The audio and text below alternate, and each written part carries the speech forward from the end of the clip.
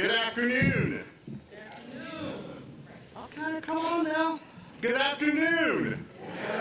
Yes, it is a great afternoon in the city of Savannah, and yes, we're all wearing green because it is March, and we know in March we have our favorite holiday. So, in advance, airing no bra. Okay. Welcome to the regular meeting of the Savannah-Chatham County Board of Public Education, being held on March 1st, 2023. It is our pleasure to welcome those who are present with us here today and those who are watching online. Hey guys. Remind all that as a courtesy, this meeting is being streamed live and can be viewed by visiting www.sccpss.com. I would ask Ms. Olivia Hale-Miller, our board secretary, if this meeting has been advertised in accordance with the requirements of the law. And she assures me that it has. If you will now stand with me as we welcome our special guests who are here today to sing the national anthem, and will remain standing for the Pledge of Allegiance.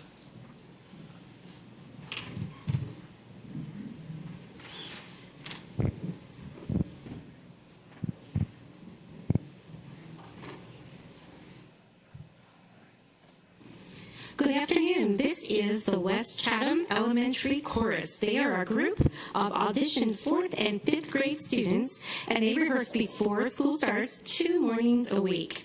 After several years, because of the pandemic, not being able to have chorus, they are happy to be back performing for their school, their district, and their community. Ms. Stevenson is their director. She has been teaching at SCCPSS for 11 years. During her 37-year career, she has taught music in California, Florida, South Carolina, and Georgia. As a music educator, she has been selected as Teacher of the Year twice and has completed her National Board certification in music. Her passion is to instill a lifelong love of music in each of the students she is privileged to teach.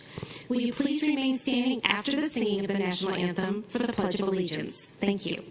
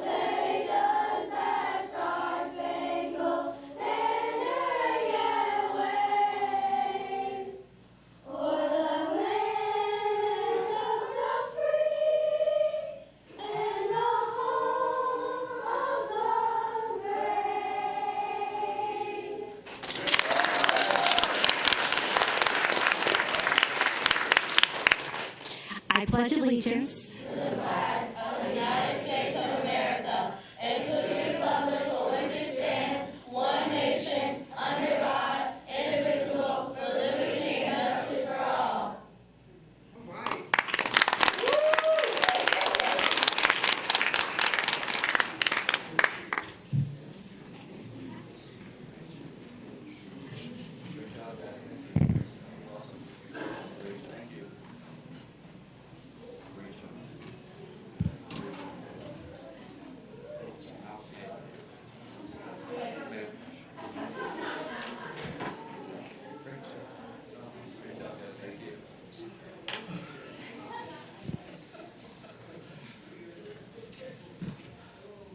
Let's hear it again for West Chatham.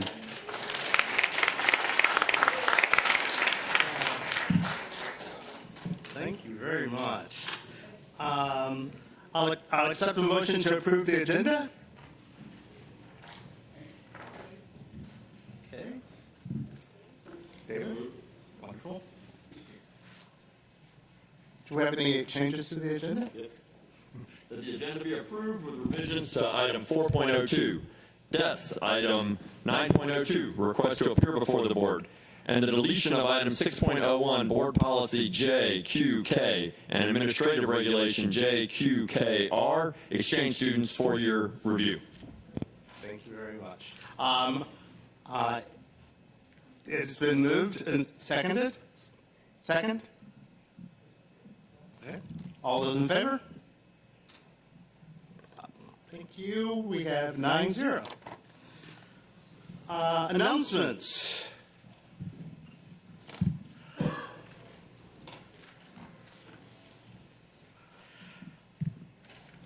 So we have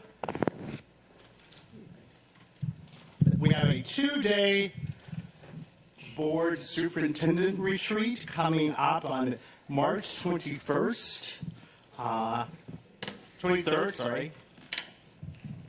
at Oakland Island Wildlife Center. That is March 23rd and March 24th. March 23rd from 9 a.m. to 2 p.m.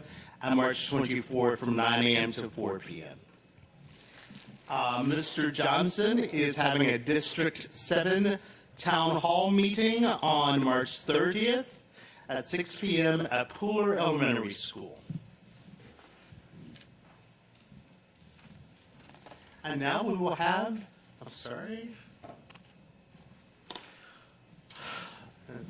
then this is the part I don't like. I'm reporting on our deaths in our school system. Constance Swaggart from Ellis Elementary School. Date of death, February 20th. Dorothy Wade from Largo, Tibet. Date of death, February 10th. Tisha Dobson from eLearning Academy. Date of death, February 8th. Betty Sawyer, media clerk from Butler Elementary. Date of death, January 27th. Ellen Brown, S&P assistant from Hubert Middle. Date of death, February 7th, 2023.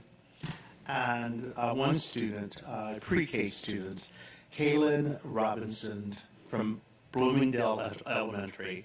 Date of death, February 23rd, 2023. Can we all stand for a moment of silence?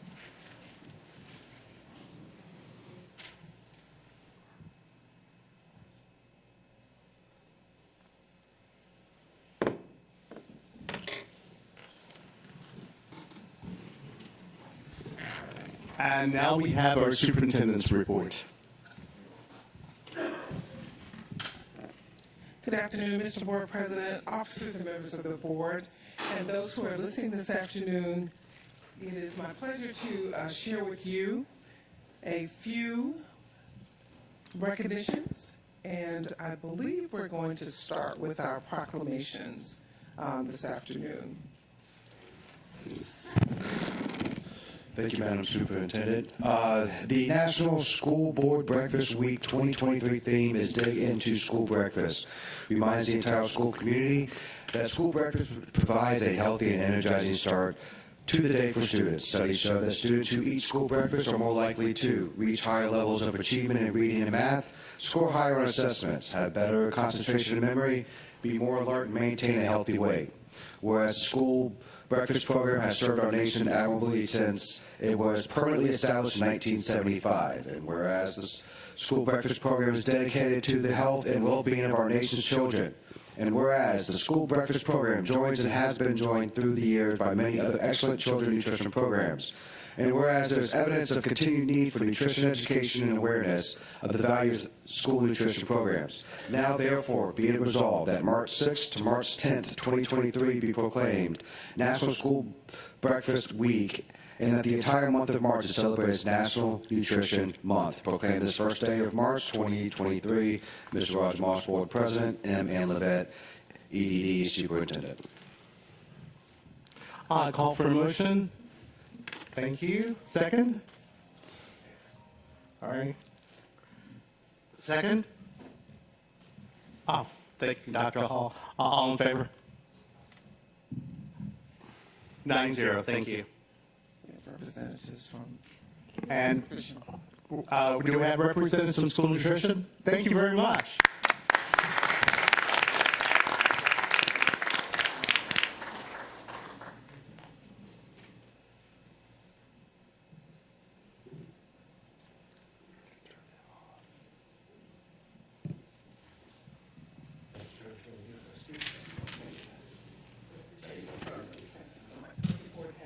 Thank you so much.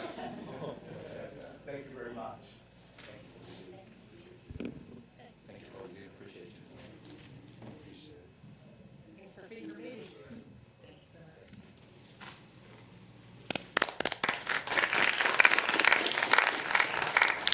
And Mr. President, if I might, on that note, remind everyone that during Breakfast Week, next week, we are inviting board members to join us for breakfast on one of those mornings. You can expect a message from us, inviting you to join us for breakfast one of the mornings with the menu being established. That might be an indicator of which morning you want to join us. And then I'll also remind everyone that we are privileged in Savannah-Chatham County Public Schools to offer a free to the student breakfast every morning, every school day morning, and we would like to see more of our families participate in that program. We certainly don't want to lose that opportunity to provide a breakfast free of cost to our students. So if you would please encourage that, and we are looking forward to having you join us next week for breakfast one of those days. We're now ready for the proclamation for National School Social Workers Week. This year, the theme for National School Social Workers Week is Social Work Breaks Barriers. To recognize the valuable contributions of our school social workers, the Board of Education would like to proclaim March 6th through March 10th, 2023, as National School Social Workers Week. Thus be it resolved that the following proclamation be adopted. Whereas school social workers are employed in the Savannah-Chatham County Public Schools to help students successfully reach their full potential, and whereas school social workers are actively committed to helping students explore their abilities, strengths, interests, and talents as they remain in school to obtain their educational goals, and whereas school social workers help parents focus on ways to further the educational, personal, and social growth of their children, and provide community resources as needed to accomplish these goals. And whereas school social workers work with teachers and other educators to help students explore their potential and set realistic goals for themselves while assisting educators in understanding the lifestyles of our students and their families. And whereas school social workers seek to identify and utilize community resources that can enhance and complement comprehensive school social work programs and help students become productive members of society. And whereas school social workers are considered an integral part of the educational process that enables all students to achieve success in school. Now, therefore, be it resolved that March 6th to March 10th, 2023, be proclaimed National School Social Workers Week. This first day of March 2023, Mr. Roger Moss, Board President, Dr. M.N. Levette, Superintendent.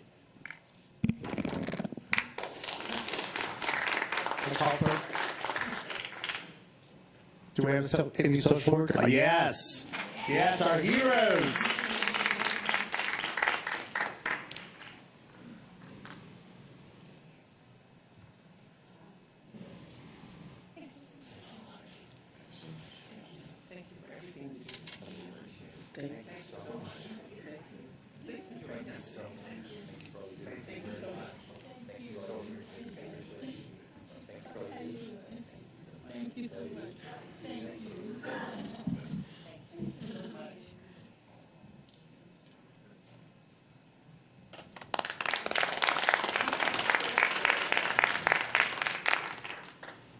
I will accept the motion. And second, thank you very much. All in favor? That's 9-0. Thank you very much.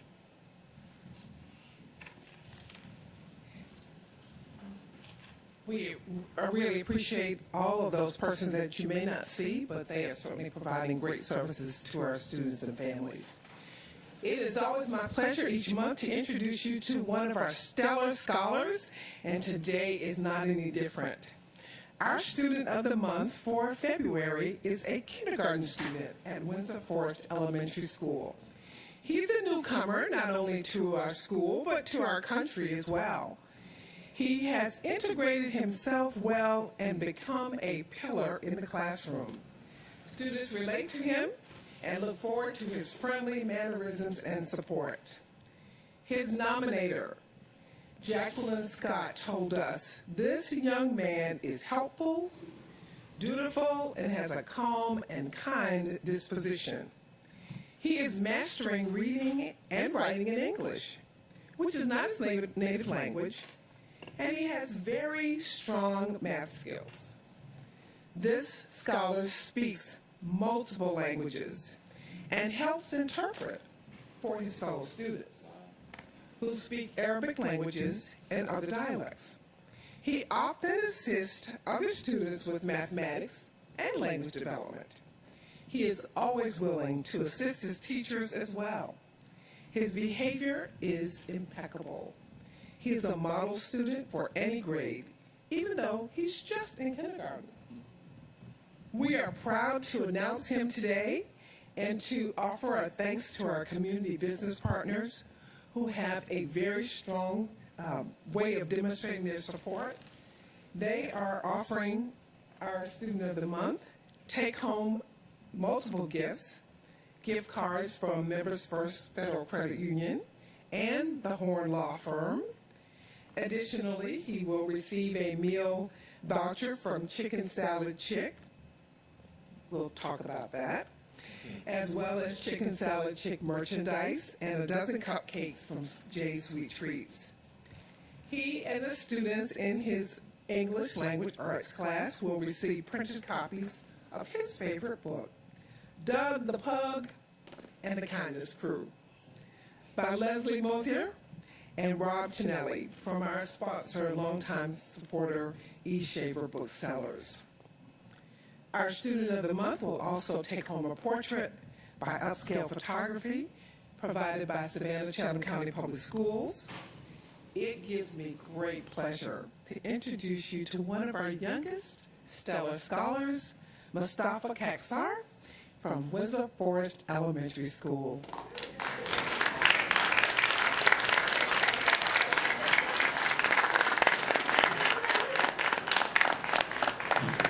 People bring us some books today. Check this out. And I think, is that your sister out there? Make sure she gets one. Congratulations, Mustafa. That's a pretty big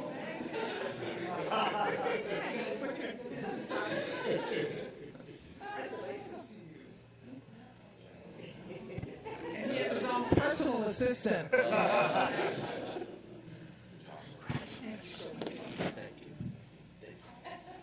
Keep it up. Great job.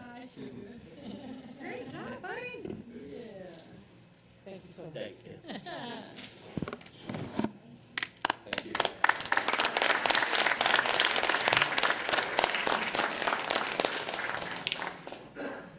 So like all of our scholars, Mustafa has his own support and paparazzi crew. His dad is here, his sister is here, and Mrs. Bell is here also from Windsor Forest. Thank you all so much for joining us. We're very proud of Mustafa. Know he's going to go far. Thank you for allowing us to work with him, and we are looking forward to learning more and more about his accomplishments. Again, congratulations, Mustafa.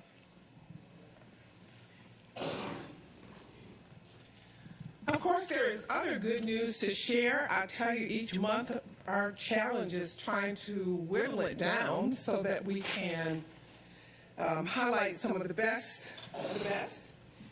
It is Public Schools Week, and we are excited to remind everyone about the value of public schools. As a proud product of public schools, I am constantly speaking to public schools as the foundation of our country, and we would appreciate all of those who understand and value public schools to go out and be a champion for our public schools.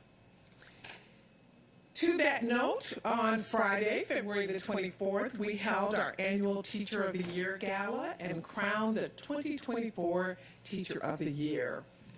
We'd like to often offer congratulations to all of our fabulous teachers, the Teacher of the Year Council, and the district's communication team for organizing this very special night. We especially want to thank the Educate Chatham Foundation for making this night possible through our event sponsors, including Georgia Ports Authority, Gulfstream, Georgia Power, J.E. Dunn, Georgia Southern College of Education, Step 1 Automotive, ESS, and Members First Federal Credit Union. We'd also like to thank our table sponsors, International Paper, Savannah Technical College, Georgia Tech, and the Savannah Schools Federal Credit Union. If you haven't heard already, we are excited that Mrs. Reagan Dillon of STEM Academy is our 2024 Teacher of the Year.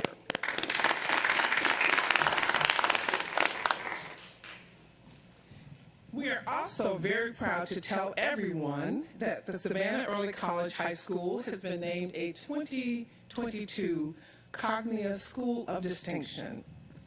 The School of Distinction Award recognizes schools and systems that truly stand out in their service to learners. This distinction is earned as a result of extensive internal preparation and a review by a team of outside educators. The performance standards for accreditation are based on ever-expanding research and define high-quality education in our modern world. Once an institution is accredited, it engages in similar preparation and review every 5 years. Savannah Early College is the only school in the state of Georgia recognized with this distinction in 2022. And we want to emphasize that it is the only school in the thousands of schools in the state that has earned this distinction. We wish to offer congratulations to Dr. Christina Connors, the present principal, and her predecessor, Mrs. Caroline Gordon-Jeltz, for their role in earning this award. We have 3 teachers being recognized as Special Education Teachers of the Year by the Georgia Learning Resources System, and 1 being recognized as Teacher of the Year by the Georgia Network for Educational and Therapeutic Support. The 2023 Special Educators of the Year are Sally Ann Gray, Jenkins High School, Caitlin McLaurin of New Hampstead High School, and Allison Rectine, Bloomingdale Elementary. SCC PSS teacher Chelsea Merchant from the Coastal Georgia Comprehensive Academy is being recognized as the GNETS Teacher of the Year. Again, wonderful honors for our hardworking teachers. Savannah-Chatham County Public Schools has 5 advanced placement AP honors schools for 2023.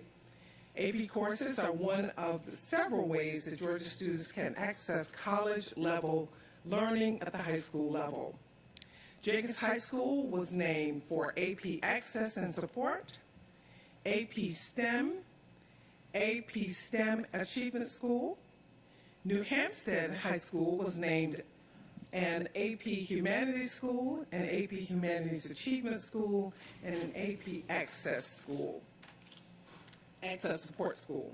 Savannah Arts Academy was named an AP School of Distinction, an AP Humanities School, an AP Humanities Achievement School, AP STEM School, and an AP STEM Achievement School. Islands High School was named an AP Challenge School, and Windsor Forest High School was named an AP Expansion School. Savannah-Chatham County Public Schools also launched a new program called Leading by Empowering and Advancing Parents to assist our parents and staff by offering reskilling and upskilling opportunities. More than 100 participants came out for a dinner meeting to learn about the program and to sign up for courses that will be taught by our staff. The program is underwritten in part by a generous grant from Georgia Power. The courses are designed to enhance work life, make career pivots, and increase earning power. Our parents are very fortunate to have this opportunity. The 2023 STAR Teachers and Students Luncheon was held February 21st. To obtain the STAR nomination, high school seniors must have the highest score on any single test date of the Scholastic Aptitude Test and be in the top 10% or top 10 students of their class based on grade point average. Congratulations to our students from Beach, Jenkins, Islands, New Hampstead High School, Groves, Savannah Arts, Savannah Early College, Johnson, Windsor Forest High, and Woodville Tompkins. Special thanks to the Kiwanis Club for their dedication to this event for over 4 decades. 80 students hailing from all 8 Savannah-Chatham County Public Schools middle schools were inducted into our Junior Police Academy. The Campus Police Department, in partnership with Academic Affairs, the Office of College and Career Readiness, local businesses, and industry support, as well as additional law enforcement agencies, support this career exploration program. Students will be required to complete a 6-week cadet training program, and we wish to offer congratulations to all of them. They experienced that pinning ceremony. We're very, very proud. They and their parents were there to celebrate. Thank you to the Goats Powers. So students, families, and staff took to the ice on February the 9th for SCC PSS Family Appreciation Night, and at least one of you were there to join us for that night. Our own Savannah Arts Skylarks sang the national anthem. Our Teacher of the Year, Elizabeth Whalen, was a special guest. And I had the opportunity to participate in the traditional drop the puck. Exciting experience. A portion of the ticket sales, I kept my puck yesterday. A portion of the ticket sales were donated to the Educate Chatham Foundation in support of student scholarships. We'd like to offer congratulations to our Academic Affairs Division for launching the first ever student-run Student Leadership Conference on February 21st at the Georgia Tech campus here in Savannah. More than 100 students from our high schools and middle grades attended to hear from guest speakers, and they participated in breakout sessions on advocacy, leadership, and community service, all while meeting and networking with peers. What a great day with our amazing students who all embody the conference theme: serve, lead, and inspire. On February 11th, Savannah-Chatham County Public Schools also hosted our first ever early literacy conference for our families. It was a rainy morning and parents still came out. So we'd like to thank the presenters, our sponsors, and our organizers, and those parents and family members who came out on that Saturday morning to learn how to support reading and achievement at home. On February 13th, we hosted our District Achievement Showcase, where, after quite a hiatus, we were able to recognize nearly 100 student athletes and their families at both middle school and high school level. It was a great night for our student athletes. On February 23rd, SCCPSS was named Partner of the Year by The Front Porch, our interagency collaborative with Juvenile Court, the City of Savannah, the County of Chatham, and other youth-serving agencies. At that time, we also had the privilege of watching Mrs. Melinda Miller, one of our senior social workers, receive the staff award that has been named after retired Judge Leroy Burke. She is the staff member of the year. We are excited about that. We also hosted our 22nd New Beginning Art Exhibit. It is a collaboration between SCCPSS, the City of Savannah, and the Savannah, Georgia chapter of the Lynx. It's the 22nd year of the exhibit of some of the best artwork produced by our students in the city. The exhibit remains open at Savannah State University's Asa Gordon Library. And then we also want to offer congratulations to Brooklyn Shenick of Southwest Middle School. She was the winner of the 2023 District Spelling Bee. Thank you to those who were able to come out and support all of our students on that night. It's a big celebration, a big night of anxiety sometimes for our students and families, but they always enjoy supporting each other. If you want to know how to support people that you compete against, come and watch our scholars as they support each other during that intense kind of competition. It is my pleasure also now to invite Mrs. Beth Whalen and Ms. Natalie Sowers to report on the Professional Senate. Yes, so we had our Professional Senate meeting just yesterday at Jenkins High School. We began with a brief presentation from Dr. Laura May to discuss the process of adopting a new learning management system for next year that will be replacing its learning. Mr. Dustin Allen of the Georgia Department of Education Support Services gave a presentation on the supports that will be provided for the teacher burnout groups that will be formed next year. The Senate continued to work in small groups to discuss those specific practices of our district that are contributing to teacher burnout. We are focusing on the 5 themes from the state burnout report. Those themes are assessment, preserving and protecting time, pressures and unrealistic expectations, teacher voice and professional growth, and mental health and wellness. We will have a report to provide on those discussions at the April meeting. And last, we had a budget feedback discussion with Ms. Paige Cooley and Mr. Larry Jackson. A brief survey will be sent out to the Senate to give some feedback on the budget for next school year. And Nurse Sowers, did you have anything from your group?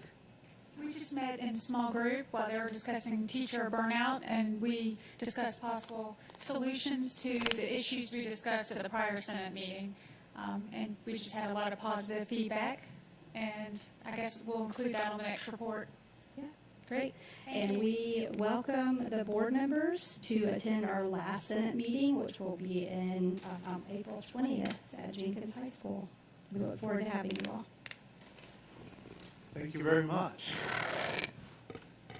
Thank you so much for your report. And then the final proclamation for today, we're going to have Mr. Hediger come up and read that proclamation. It is School Board Appreciation Week, and the staff will assist, of course, in those presentations.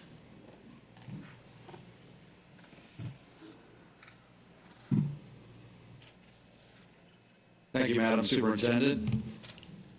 Always an honor to come before the board to take a moment to pause and recognize the great work that our school board is doing and the contributions that you make every day to the success of our leaders and our scholars of tomorrow, and of course the investment in our community as a whole, not just in certain towns or cities, but the entire Chatham County, where we scope all the way from Tybee Island out to the Bloomingdale County line, and you represent all of that 426 square miles.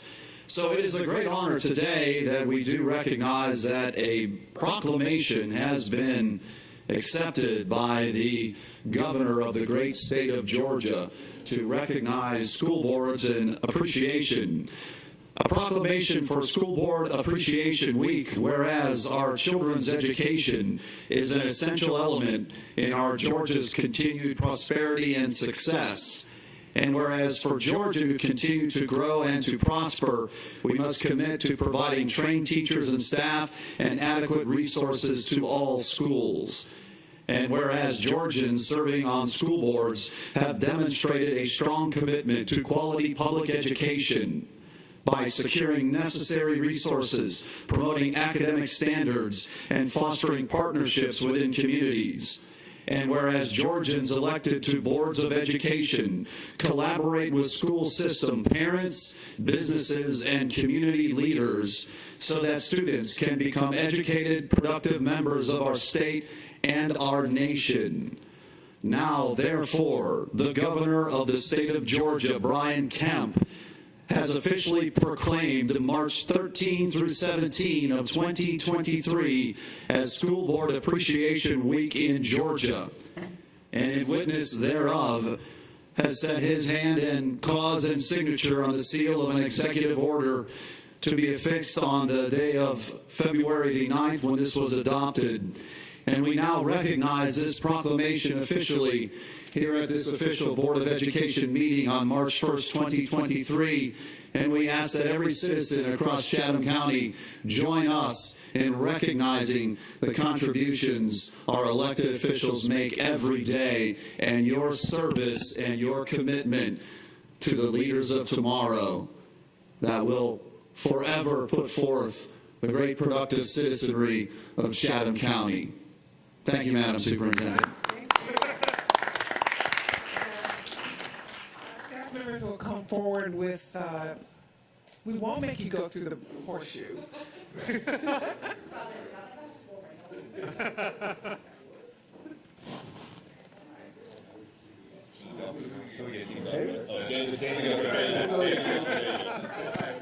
Go.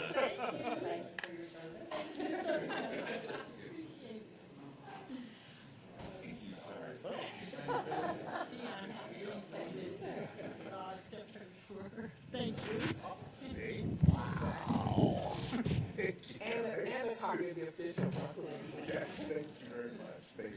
Thank you. I appreciate you guys. Wow.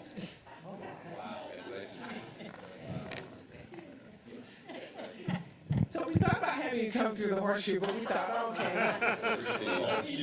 Mr. Moss has a but we are indeed very proud to be able to share our thanks in this way, and certainly your certificate is there provided for you. We also have a copy of the proclamation from the governor that will be on file as a part of the official record of this meeting. It has been my pleasure to provide this report for you today, and I do hope that you will be reminded every day of our appreciation for the work that you do as elected officials. As a former board member of New Haven Public Schools, I can say that we were never officially thanked for our job. But I certainly served with great love and care, and I am very proud to have the opportunity to serve with you. And I know that many people in the school district don't have an idea of what you do, but I know the work that you put in, and I appreciate it greatly. So thank you very much. That is my report, sir. Thank you very much. Mr. Hediger. Thank you, Mr. Board President. Moving on in your agenda today in Board of Education matters, we do have a policy review to cover from items 6.02 to 6.06, taking the board through this first read on these policies. Item 6.02 is Board Policy JGFF.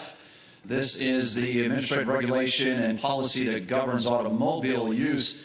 Moment of clarity here, this particular automobile use reference is to student automobile use and their ability and privilege to come onto our campuses wherein they may be of age where they can drive and operate a motor vehicle, and they would have the privilege of parking on campus. So there's a registration process so that administrators know who is coming on campus with a vehicle and where they're parking for your policy review, and this is a first reader.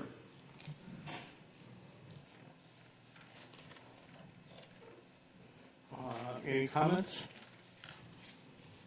Questions? Moving on in your agenda, item 6.03, Board Policy JGJA, Suicide Prevention. Once again, a 4-year review per the requirements of board policy. This particular policy was reviewed with updates that were provided with some robust language that we feel presents a much better position for the district to provide best practices and current procedures in any situation where it's become known that a student has expressed thoughts of harm or attempted suicide. Once again, this is a policy only. There's no associated regulation, and this is the 4-year review first read. Thank you. So for our public comments, just a clarification for everyone. If you have signed up in advance for a subject that is on our agenda, we will call you up during that agenda item. We have 2 people here to speak on our suicide prevention policy.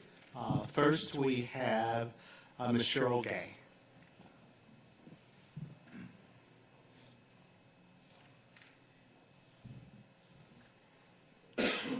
And you have 3 minutes. Thank you. Okay, thanks. So, when I was looking at the agenda, it indicated it was a 4-year review of the suicide policy, and you were talking about, looked like firming up notification of notifying parents of students that are at suicide risk. So, suicides is something that resonates with me. We've had it in our family. It's devastating. So I know there's been a nationwide increase in the incidence of suicide, and I'm hoping in your 4-year review, that this includes reviewing or amending policies that can be proactive, because there's no do-overs after suicide. It's and prevention is really the main thing. And I know just because it's not on the agenda doesn't mean you haven't already addressed that issue. So I just want to make that clear. But if you're still working on it, there are 2 issues that I think for our kids that are really a problem. Social media is just a bear. I know y'all heard about that girl in New Jersey recently. She was attacked at school, and then the ridicule on social media afterwards actually drove her to suicide. It was horrific, horrible. And there's another area we might could help turn down the pressure for our kids. Our whole environment is so highly sexualized. They have to deal with things we never, ever even knew about, and it's part of their everyday life. And I just think, if we could turn down the temperature and remove some of the material that's demeaning to young girls and puts undue pressure on boys, it would help. Parents entrust the school with their children to create a safe and wholesome environment. Thank you. Thank you very much. And thank you, Ms. Beth Maggioroni.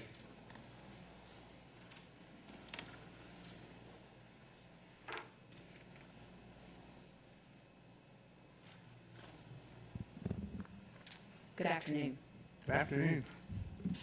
Per a scientific reports study from June 2021, self-esteem was one of several different indicators that led to suicidal thoughts and behaviors in students. According to this study, self-esteem issues were the 3rd leading indicator for girls behind anxiety and depression, but were the #1 leading indicator for boys. Low self-esteem is a stronger indicator of suicidal thoughts and behaviors for boys than anxiety and depression. Based on the importance of building self-esteem in all of our students, which is accomplished through helping them find their individual areas of excellence to develop, why is Superintendent Levette contracting with the School Superintendents Association, on which she sits as a board member, to help transform Savannah-Chatham County Schools into an equity-focused learning school system by 2025? Equity focus means equal outcomes for all and is the opposite of excellence. Open Records confirmed that she has renewed the Learning 2025 contract, started with a payment of $14,500 in 2021, also for this school year of 2022-23, with an additional payment of $11,000. The goal is a completely equity-focused school system by 2025, thus the name of the program, Learning 2025. Per Michael Rubin of the Washington Examiner, equity is all the rage in public schools. Academic excellence is a sin if it does not occur in proportion to whatever racial categories administrators embrace. Across the country, magnet schools eliminate colorblind entrance exams or AP courses if too many Asians or too few African Americans pass. If schools are to prioritize equity over equality, result over opportunity, and use skin color and sexual orientation as their primary metric of diversity, why not take their crusade further? Why should varsity sports become the sole survivor of their war on merit? If diversity is the prize, shouldn't football teams prioritize playing Asians and Jews, both underrepresented, in order to achieve athletic equity? Likewise, if one varsity baseball player is batting an average of 300 and another 100, wouldn't equity demand that the second player have 3 times as many at-bats to achieve an equal number of hits? Once upon a time, allowing children to develop talent, supporting their passions, and rewarding hard work was the foundation of the American dream. Schools sought to identify and cultivate individual talent rather than punish it. To pursue athletics under a professional draft was the athletic equivalent of receiving a Rhodes Scholarship or winning the Westinghouse Science Talent Search. It is time to stop demonizing and impeding excellence across the board. To dumb down academic standards is no different than demanding that athletics be a corollary consideration to race when picking a team roster. I request all stakeholders in Savannah-Chatham County Schools, from the board to the community, to ask for a policy change to cancel this Learning 2025 contract that pushes for equity over excellence, directly threatening the self-esteem and mental health of our students. Thank you very much. Thank you. And I need to repeat something. If you sign up to speak on a subject, please speak on that subject. Okay. Thank you, Mr. President. I want to take my voice is different from Mr. Henniger's. The voice. Yes. Now we're looking at policy IFBGA and regulation IFBGA. It is on electronic communications. This is a 4-year review. There are changes recommended. We are open to any suggestions or recommendations that you have. Ms. Grabowski. Yeah, can we go back to the suicide policy just Yes. real quickly? Yes. I don't think we had any board I'm sorry. discussion. I'm sorry. And this was something I apologize that I did not provide this to staff earlier. Obviously, having staff training in this important subject is incredibly important. I think something we all recognize. And I know it says for certificated personnel. Is it feasible to also have all of our personnel in schools? Yes. We talked about how custodians and bus drivers, that they are the first point of contact for many of our students. So I would love to see us include that in the policy if that's feasible. Definitely, yes. Okay. Anyone else? We can go back to suicide. I'm so sorry. Anyone else have any comments on the suicide policy? Okay. Go ahead. Sorry. Okay, no problem. We're ready for IFBGA, both the policy and the regulation. There have been some minor modifications recommended there. If you have other comments, we'll be happy to entertain those. Any comments or questions on the electronic policy? No? Okay. If not, moving on to... Yes, Dr. Osgood. I just wanted to bring up a comment. Thank you so much for bringing this policy forward. I'm understanding that there's a disconnection between the use of Google Classroom and our Outlook platform, and that teachers may be using their personal accounts to be able to use that. And I think that staff is working on that for us. But I think that's an important thing to know in our policy. If we have tools that we are requiring team members to use, that you have to violate policy to be able to use. Right, we did have an extended conversation about that with Mr. Feliciano, and certainly we are looking into that. So thank you for bringing that to our attention. Anyone else? If there are no others, we will move on to 6.05, Board Policy GAM and Administrative Regulation GAMR, Staff Right and Responsibilities. There are some, this is a mid-period review. There are some changes recommended, policy only. Any comments on this one? Yes, Dr. Hoskins. Thank you. I just have a brief comment. I just wanted to restate this because we haven't looked at it in a while, and I don't think I remembered. Well, we looked at it about 3 years ago. There are at least 6 steps before there's a disciplinary action on a staff member, and I think a lot of times we hear from folks that something has occurred, and folks are experiencing consequences for which they haven't gotten information on. But there's a verbal warning, a written warning, a letter of serious concern, a letter of reprimand, potential demotion, and then potential termination before it gets to termination. And it requires 4 levels of supervision to approve it before that action comes before us. And I thought that that was worth noting because there's process, and could it improve? This is a good opportunity to have this information out to find out whether it does need to improve. But I don't think people know that there's 6 steps and 4 people that you have to go through before there's a negative action taken. Ms. Grabowski. I appreciate this conversation. The intro paragraph, however, states these actions are not necessarily a sequential list. So I think some clarification around, are there steps that are taken in advance of something else would be helpful. Thank you, Mr. Ray. Yes, thank you. I was going to say that after Dr. Osborne. I think the point is made. So it is true that it should progress that way, but it really depends on the infraction that drives the case, because it can skip down. But you're right, if it's a minor or something, it is going to follow that process and move up and could escalate. But if it's a serious action, it can go straight to termination depending on what it is, or straight to suspension, or straight to a letter of serious concern or reprimand. So it doesn't always follow that, but that is the general practice that we want all employees or all supervisors to understand. You should be taking this when you can, but there are situations when it does skip. Well, certainly that's helpful. So with child welfare or with illegal actions, we don't have to wait that long to know that someone's in harm or there's been some malfeasance. But if it's a difference of opinion or a failure to improve, there's a process that folks follow. Yes, that is correct. Yes, Ms. Grabowski.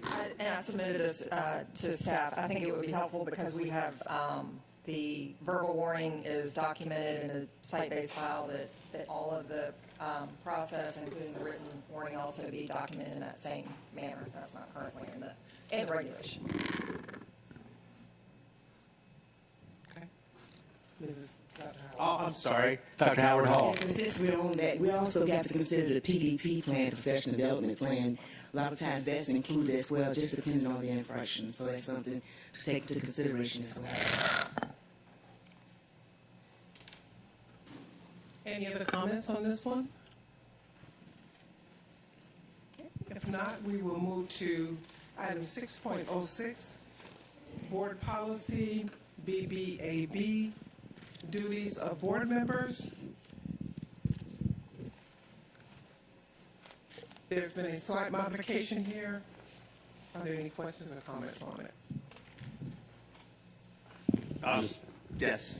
I'd just like to say thank you for finally putting something that has been practiced for many years just into writing so that we actually have policy rather than just, well, this is the way we've done it for 20 years. So it's always nice to not have to answer something with, well, that's just the way we've done it. Because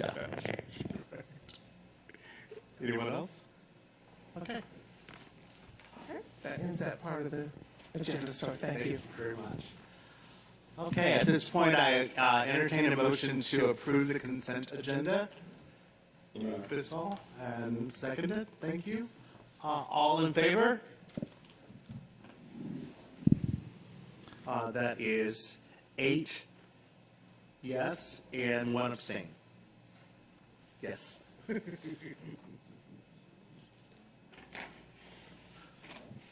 right.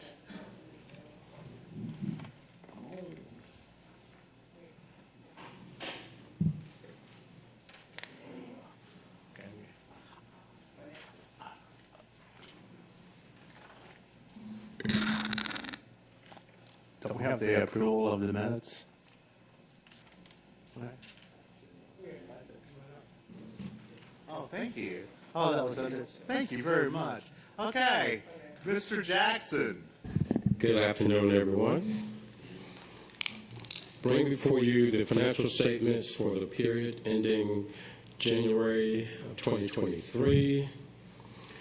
In the general fund for this time of the year, local property taxes are currently 61.5% of the budget, which is higher than last year of 59.3%.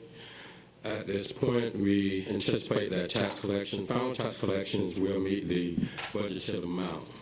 The total general fund revenues are 59.5% of the current modified budget as compared to last year's 57%.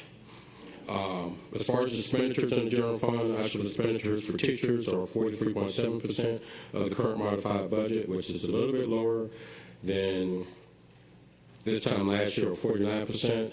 Other support salaries are 35.6%, which is lower than the expected range of 50 to 58%. In total, the general fund actual expenditures are 43.5% of the current modified budget, which is a little bit lower than last year's 53.9%. As we go through the financial report that's been posted online prior to this meeting, we really are in pretty good shape in most of the funds. Nothing really sticks out. We have been able to update some of the special revenue funds, some of the title funds. There were a couple of funds that are actually on the consent agenda today that will get updated as well. So for most of the accounts, we look pretty good. There are a couple. Let me see here, 462. There are a couple, for instance, like this one, where we're finding that we're still need to update some budgets, but they have been approved by the state, but we just needed to update some accounts internally. For instance, the grant director, she may budget for a teacher, and she may have a lead teacher or academic coach. To her, it's still a teacher, but to us on the finance side, it's in a different object code. It needs to be in a different line.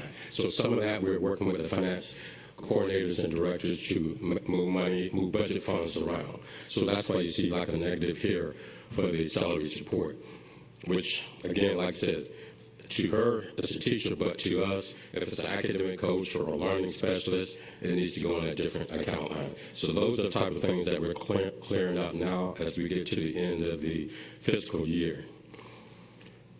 As we get to food service, we see pretty good there.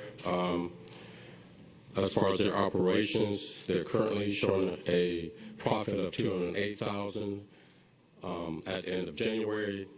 For 2023, we budgeted $3.1 million operating transfer from the general fund, and about $1.8 million of that has been recorded through the month of January. The fund that we want to highlight for this particular board meeting, Fund 690, Workers' Compensation Fund. The district is self-insured for risk associated with workers' compensation.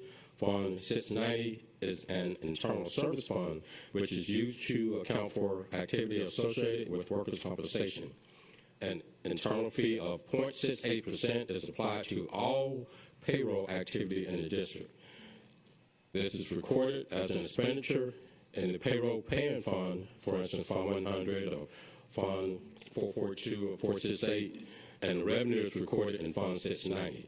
The primary expenditure of this fund is workers' compensation claims.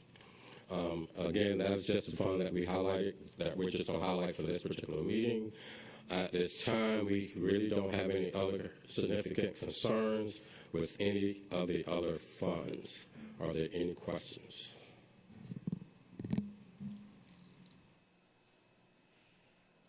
I guess not. Thank you, sir.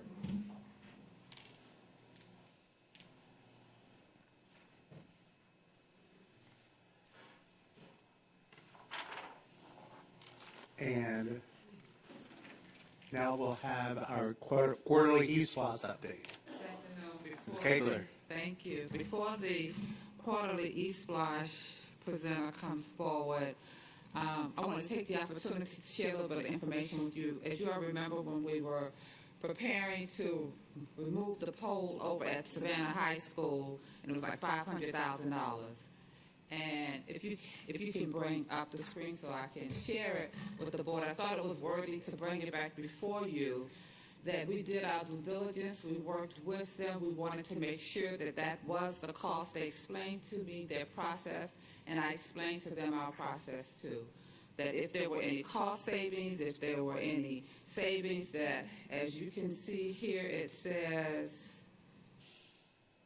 refund reason, customer request refund. We received a refund of $294,085. Ladies and gentlemen, we do our due diligence. We heard you loud and clear. We called and we called and we called again.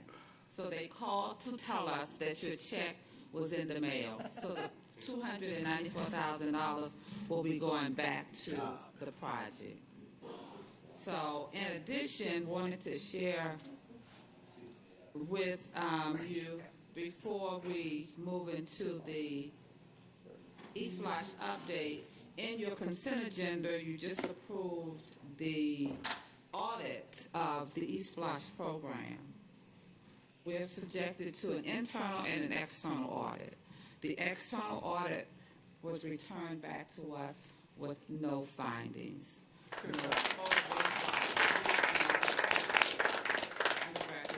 And thank the team for all of the hard work that goes into managing your eSplash dollars. So I'll ask Mr. Bolson to come forward now and provide you with the eSplash update.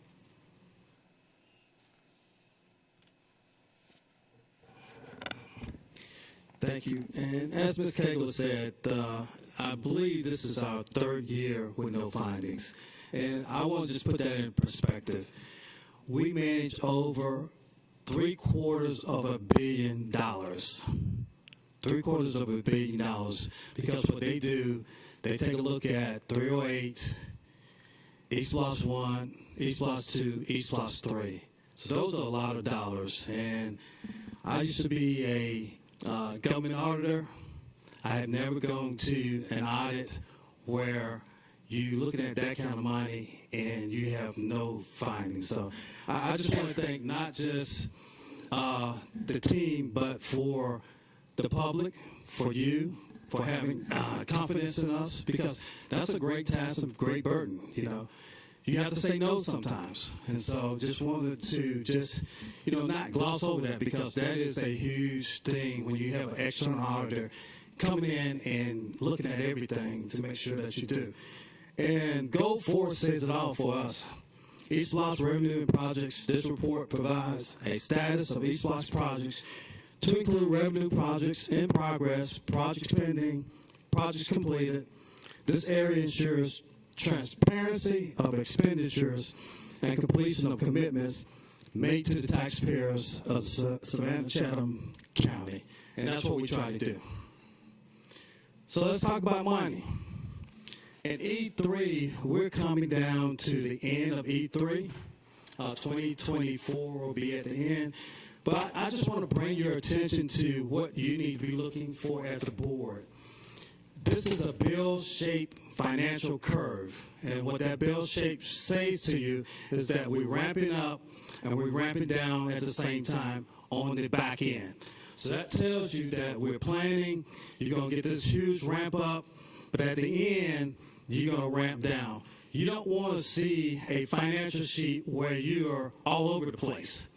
That tells you that planning is not taking place, and that tells you that you really don't have good financial control. So you're going to ramp up, given the fact that you're planning, then all your projects are going to start hitting, and then you're going to start closing them out. So at the end of this project, we're in pretty good shape. On E4, just because we're just getting started, we had talked about, this program that we were going to need a bond, $200 million bond is what we were talking about. But as you see here, our expenditures coming in, I'm not that concerned about the $10 million on 25 because, again, that bell-shaped curve is going to take place. We're going to put the brakes on or take the brakes off as we need to make sure that we have a good financial plan. So you're going to start seeing this take shape as well. So you see this huge ramp up in 2022. It is going to stabilize in 2023, 2024, and then we're going to come down on 2025, 2026, closing out those projects as well. Here's some of the projects, and we'll just go over some of them, highlight them. We have the multi-campus project going on, and we're getting close to the point where we're doing a lot of enclosures. We still would like to bid the demolition of the annex in this month. We also want to go ahead and start the field house in April of 2023. Also in design is Windsor Forest High School replacement. It's about $93 million. Jay Dunn is the CMR, and Hussey Gay Bell is the architect. And we're developing our final GMP, guaranteed maximum price for that school.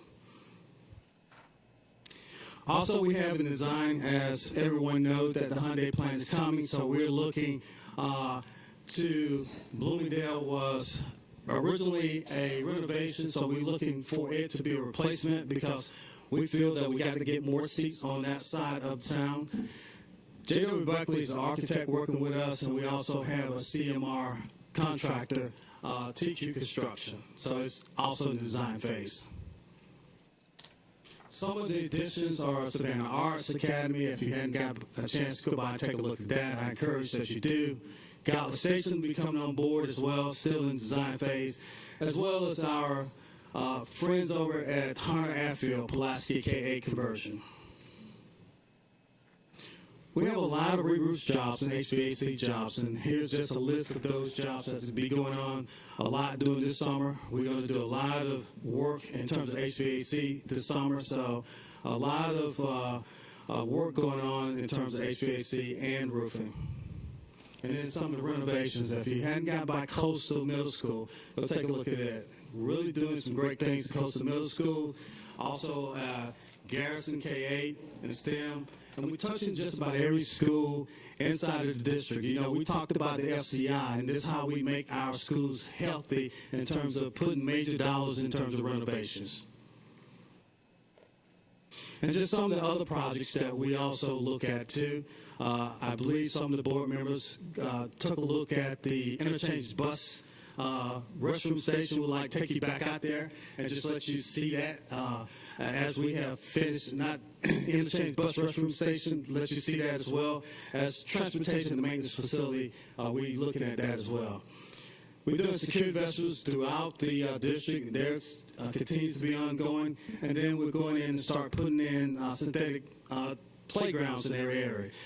In the assessment that came back from the academic assessment, it talked about, we have some areas in Savannah that we just can't get water to drain off. And so even though we put these nice playgrounds, you still have to go back in some of those to put turf or some other type of method to get that water off. And so we're evaluating that. We did it at Garrison, we did it at Beach, and so we're taking a look at all our schools that we can't properly drain the water off to make sure that we give the kids a great place to go play at. We're also going and putting together an RFP for all of our high school practice fields.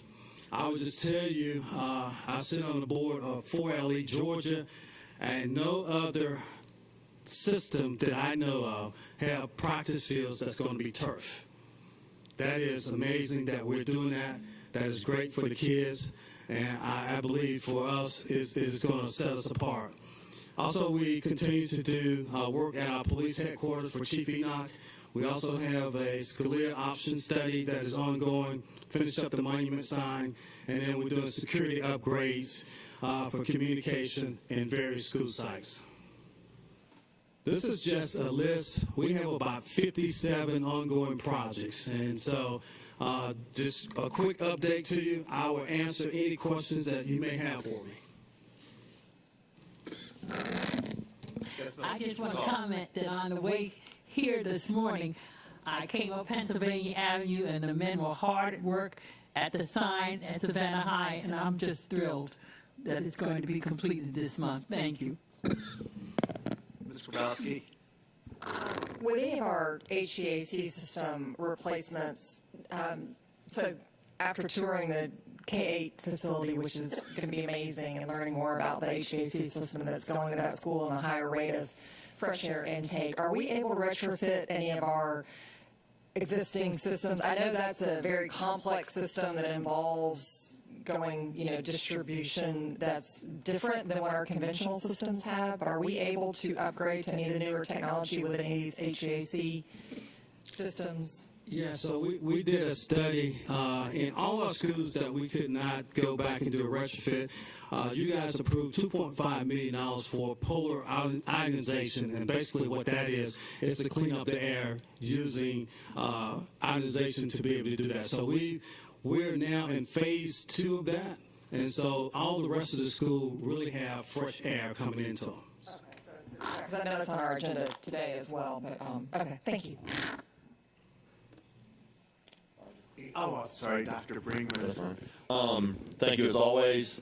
Wanted just to make a point, because if you aren't really paying attention, it's not clear that the 6 big projects that you presented today, 2 of which we still haven't announced like a contractor, there are 5 different architects and 5 different contractors. So just can't say it enough that we are bringing economic development for all, not just some. Yeah, that is correct. Thank you for making that point. Dr. Hall? Yes, thank you for your presentation, and again, thanks for being good stewards of the East Los Dollar. It's a joy to drive down Highway 21 to see the progress going on with our K-12 facility. Not only is it enormous and immaculate, it's rather expensive, $138 million facility, and we have the entire gamut with the stadium and the ball fields, as well as CTAE. So is there any other K-12 facility of this magnitude in the state of Georgia that you're aware of? I don't know any of our size. Now, of course, there's K-12 facilities, but I think our size is probably the largest that is in the state. But there is other K-12s. You have one down in Millen, I believe. It's about 100,000 square feet.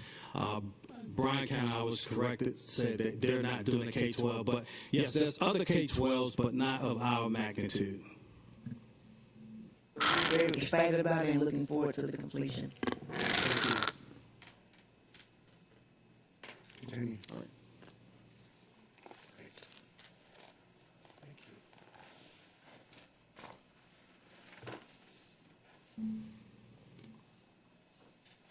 I think we have 2 final agenda items, if I'm correct. On the go 4, budget amendment for collections, East Plus 4 collections have exceeded the anticipated budget. We should have noted this is for the first 12 months of E4. Operations staff now request that the following East Plus 4 budget amendment. This action is requested to align revenue source budgets with anticipated recognized amounts.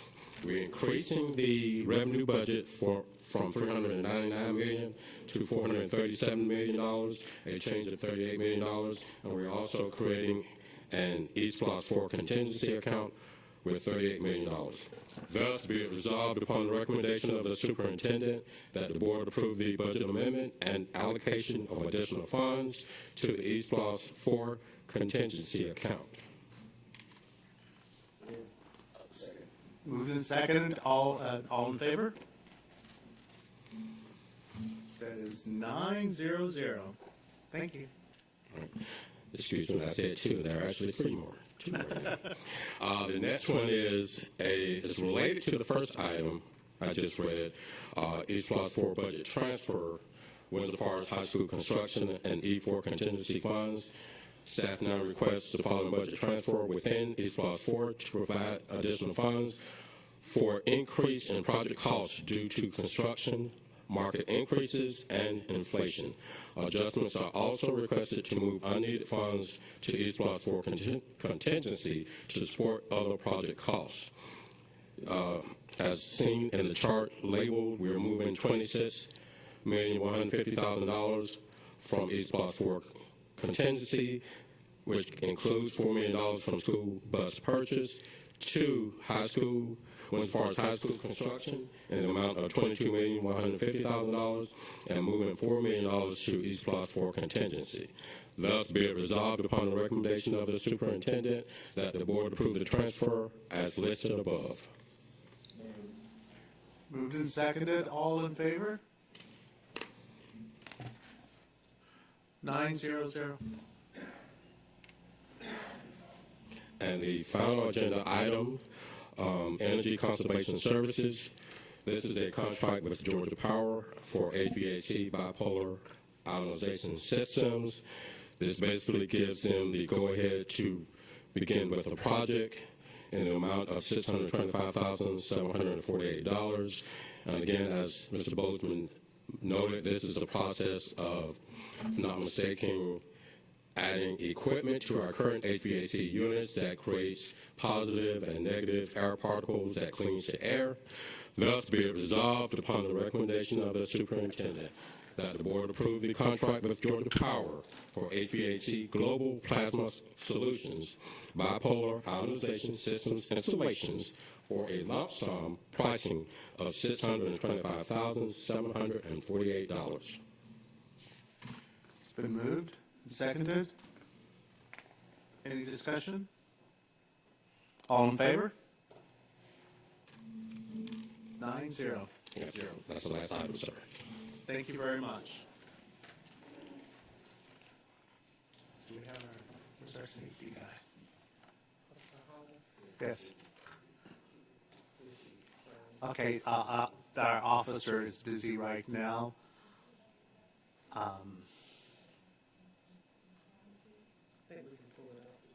Oh, is it up? Do you want the video? No. Okay, I'm sorry. I'll read it. Okay. Here we go.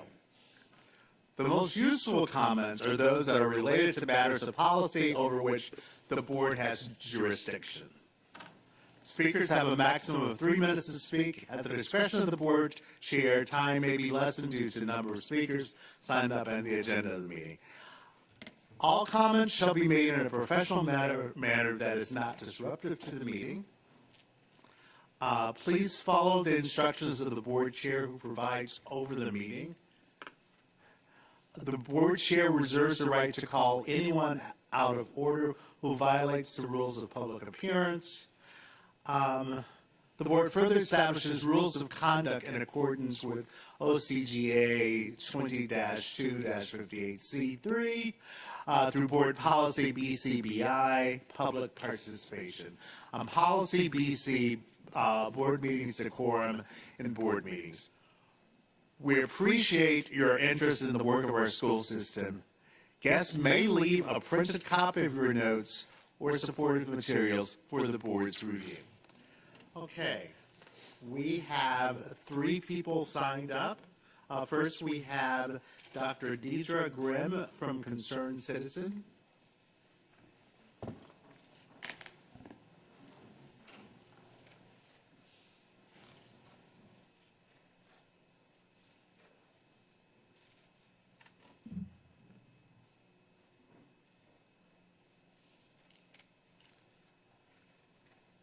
came with notes because I can speak longer than 3 minutes. So, good afternoon, everyone. I'm grateful to speak to you today. For some of you, you may know me. For those who don't, I am Dr. Deirdre Grimm. I'm the Executive Director of the Forsyth Farmers Market, as well as the CEO of Ivory Bay Community Development Corporation. But first, I'm a mother of 5. One who graduated from Savannah Early College last year to receive a full scholarship to Morehouse College. The other 2 are currently enrolled in Savannah-Chatham Public Schools, one in Johnson at the IB program, the other in pre-K at Charles Ellis. When we moved to Savannah, my 2 oldest in the house were adamant about not returning to private school. So my husband and I had a hard conversation on what their educational journey should look like, because their previous schools taught to the test as opposed to the whole child approach. We also wanted them to have a robust, rigorous, and diverse educational experience with the ability to outperform their peers that they left in Irvine, California. And as you all know, children have different personalities, so we decided to choose programs that will complement those. But I was disheartened when I learned about the passing of HB 1084, the Protect Students First Act, because how are we protecting our children if we don't give them the tools to succeed, even if that looks like being honest about how our nation, state, and city were built? It was built off the backs of indigenous, low-wealth, and especially Africans that were drugged here against their will. While my family celebrates Black History 365 days a year, yesterday was the last day of Black History Month. But one of the most significant facts of history occurred right here in Savannah about 164 years ago. The Weeping Time. The Weeping Time atrocity occurred on March the 2nd and 3rd in 1859. This was the largest sale of enslaved people who were sold to cover their master's gambling debt.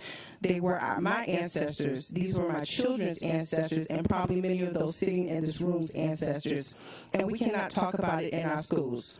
This is problematic because it does not help the majority of Savannah-Chatham Public School students be fully prepared for the real world, a world that will hate them because of the color of their skin without getting to know the content of their character.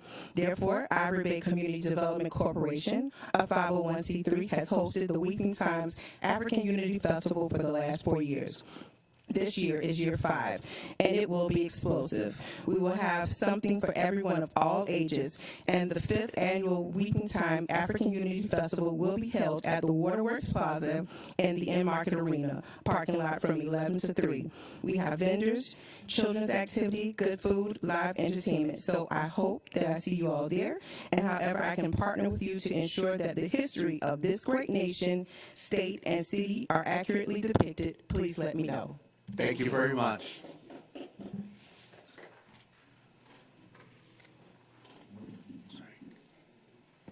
What is the date? This Saturday, March the 4th. Thank you. Okay. Next, we have Mr. Mike Jenkins on lessons learned in pandemic.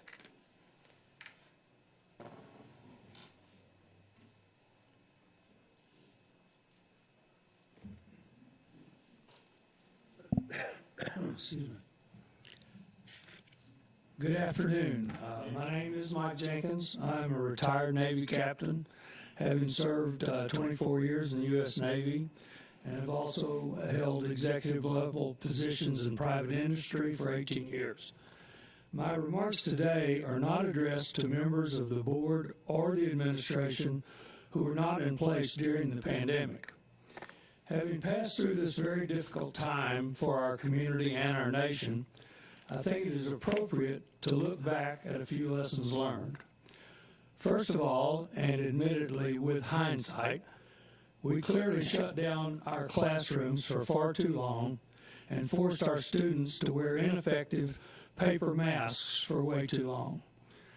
There are many other actions that were taken that could be discussed, but since I'm allowed only 3 minutes, let's just focus on these 2 very detrimental decisions. But for the accident of geography, and if only our students were 100 miles south in Jacksonville, Florida, their experience would have been very different. they would have been unmasked and in open classrooms. How did we get this so wrong? I submit that the woke hysteria pushed by our national health officials led to a position that was ill-conceived and not open to science-based pushback. Many states, and in fact most counties in Georgia, pursued far less drastic actions as regards these two important policies. Early in the pandemic, it became apparent that the policies pursued here in Chatham County were out of step. The unmasked and open classrooms around the country were doing just as well medically and far better in educational achievement. Unfortunately, at the national level, the people that raised objections to these issues were canceled, mocked, and in some cases lost their jobs and careers. The brave leaders who studied the actual science did not subject their students to these suboptimal policies. So what happened in our country to the concept of free speech, open exchange of ideas, and a free-flowing discussion of science-based alternatives? What I believe happened was groupthink, cancel culture, and woke ideology. By falling victim to this group narrative, those of you who are entrusted with educating our kids failed them and our community. I encourage each of you to apply some introspection. If similar circumstances emerge in the future, surely we can prevail in a far better way for our precious students. As a result of the bad policy choices described above, our students... I'm sorry, your time is up.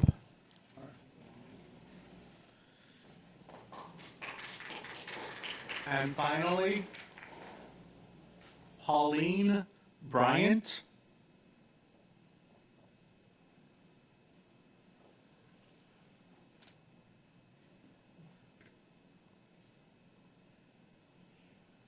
Good afternoon. Take your time.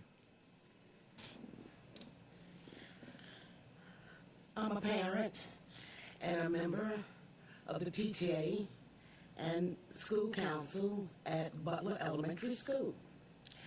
I'm here on behalf of my daughter, my members of the PTA, members of the PTA and the council. We have a concern. We understand that our principal, Dr. Slay, she was relieved of her duties, and we understood it to be temporarily. We're not here. I'm not here to try to find out what y'all think, what y'all do, but all we want to know is, will we be getting Dr. Slay back anytime soon?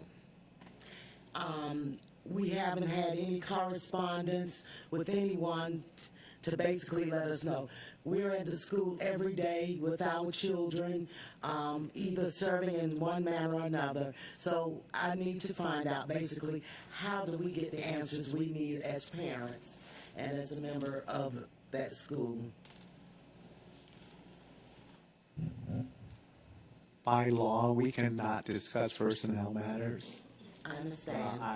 We hear you, okay? Okay. We would like to have her back. Thank you.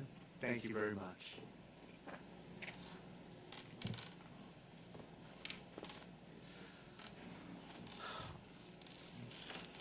Okay, I will entertain a motion to go into executive session. All in favor? I'm sorry? For personnel matters, I'm sorry. Yes, okay.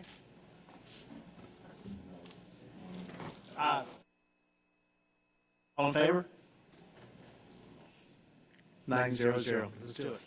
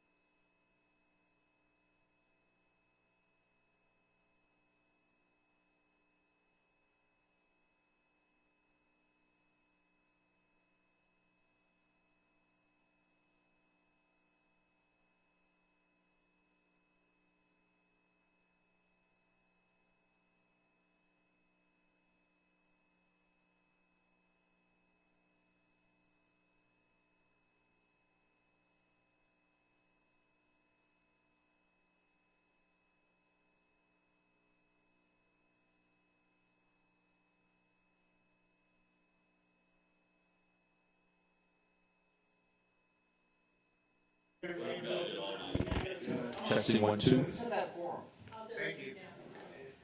All right, guys. Got a quorum. Got a quorum? I move to adjourn. Second. All in favor? Aye. Thank you. Okay. Thank you, guys. Great meeting. Back row, you can go home now. Oh, you have to say we voted. Where's